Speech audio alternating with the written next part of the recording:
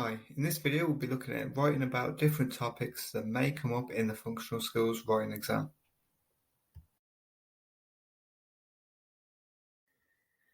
Although you don't know necessarily what subjects you're going to be asked to write for, there are things you can do that will help you prepare and help you come up for ideas no matter what the subject is. One of the most important things to be able to do is knowing how to respond to the question, and a key thing for that is having a look at the information that they'll give you. So look at this one. Information. A friend of yours runs a cafe that isn't doing very well. Write them an honest letter where you explain what your thoughts are and give some recommendations on how things could be improved. Now, this information, and they'll always include this information in this type of question, gives you a hint of some of the things that you can possibly include. Okay, so you know that it's a calf, you know that you're going to be honest, so you're going to have some strengths and some weaknesses of the place, and recommendations, which means some things to improve. And that's a good basis for the things that you need to write from. And most things will have that kind of information leading to that kind of structure, which we'll have a look at in a second. In questions such as this, they give you 3 bullet points, and this is a hint to how you can structure. If we carry on with the theme of the calf, you'd write something like some things you like about it, some things you don't like, and then some things that could be improved. And they'll always give you those 3 bullet points as an idea of a way to structure it. And even though you've never been to this cafe, it just requires a little bit of creative writing skills, your ability to imagine some things that would be good, some things that would be bad. So take examples from your own life where you've been in a situation similar to that and try and apply and expand and add that detail, and then that should really help.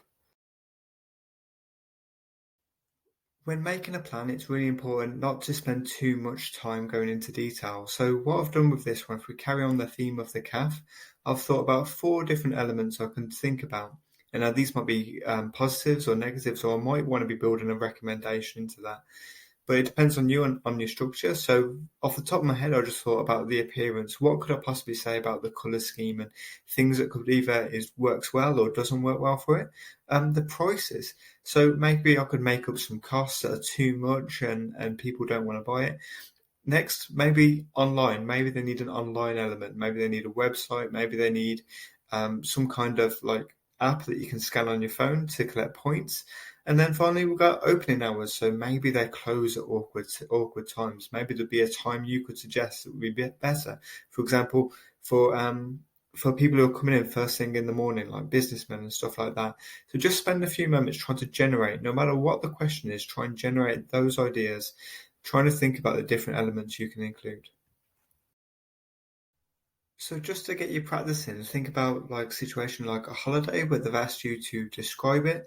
You're going to have those 3 bullet points, but then think about additional details you can add. Draw from any kind of holidays that you've been in, and also think if they've been telling you to write to a particular audience, think about the things that would interest them. If it's someone who's very young, talk about things like adventurous stuff like windsurfing and things like that, and actually take an interest in the writing, and it will come across as well when the person's reading it.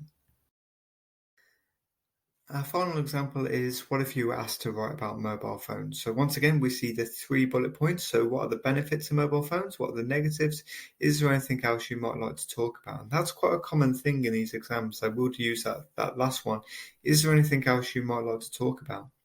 Now, that really depends. So once again, think about who's asking you to write it. So if it's a parent, think about writing from a parent's point of view. What concerns might they have? What might they think is positive?